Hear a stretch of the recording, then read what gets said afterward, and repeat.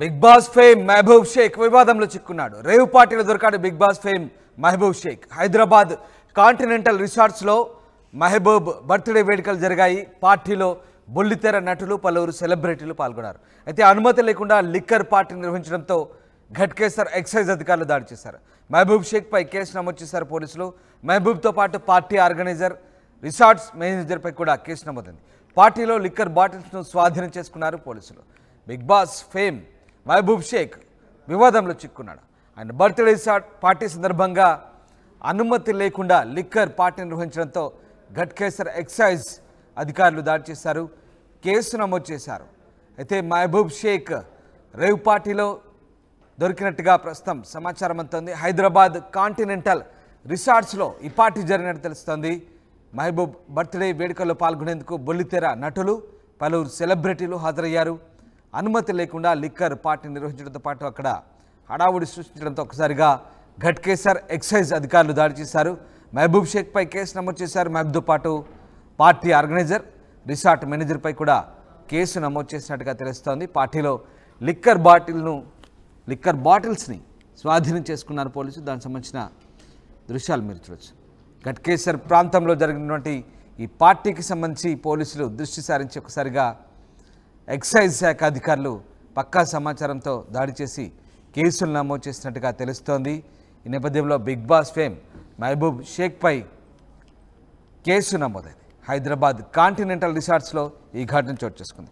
Patricia జన్ అవుతున్నారు. Patricia, Bigg boss fame Mehboob షేక్పై ఎక్సైజ్ అధికారులు కేసు నమోదు చేసినట్టుగా తెలుస్తోంది. బర్త్డే పార్టీ సందర్భంగా ఏం జరిగింది, అసలు పోలీసులు ఎందుకు కేసు నమోదు చేశారు? వివాదంలో మహబూబ్ షేక్ రేవ్ పార్టీలో దొరకడం అయితే జరిగింది. అతని మీద పోలీసులు రిజిస్టర్ చేయడం అయితే జరిగింది. కేసు హైదరాబాద్లో కాంటినెంట్ ఏదైతే రిసార్ట్లో బర్త్డే వేడుకలు చేయడం అయితే జరిగింది.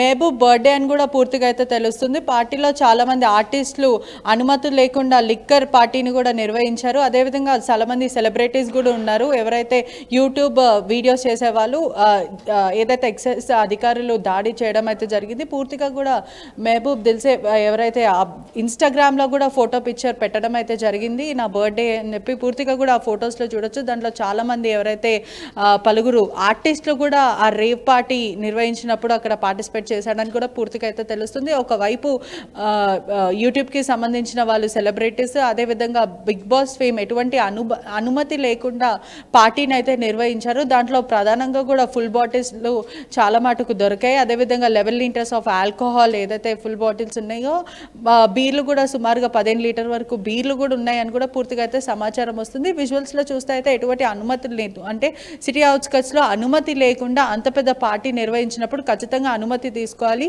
అని పూర్తిగా పోలీసులు అయితే చెప్పడం అయితే జరుగుతుంది. రైట్, అంటే ప్రస్తుతానికి మహబూబ్పై కేసు నమోదైందా పోలీసులు? మరి దీనికి సంబంధించి ఇంకా ఎవరెవరిని, అంటే కేవలం మహబూబ్ పైనే కేసు నమోదు చేశారా? మహబూబ్ అంటే ప్రధానంగా ఇది మహబూబ్ బర్త్డే కాబట్టి మహబూబ్ పైన అయితే కేసు నమోదు అయితే చేయడం అయితే జరిగింది. ప్రధానంగా దాంట్లో చాలామంది ఆర్టిస్టులు అయితే ఉన్నారు. ఎవరైతే సావిత్రికి సంబంధించిన గంగూలీ వాళ్ళ భర్త కానీ, శ్రీ సత్య ఆర్టిస్టులు కానీ వీళ్ళందరూ కూడా ఆ బర్త్డే పార్టీకి అయితే ఇన్వైట్ చేయడం అయితే జరిగింది. మహబూబ్ దిల్సేతో పాటు కో యాక్టర్గా పనిచేసే, ఆర్టిస్ట్గా పనిచేసే శ్వేతా నాయుడు కూడా దాంట్లో ఉన్నది పూర్తిగా అయితే మనం విజువల్స్లో కూడా చూడొచ్చు.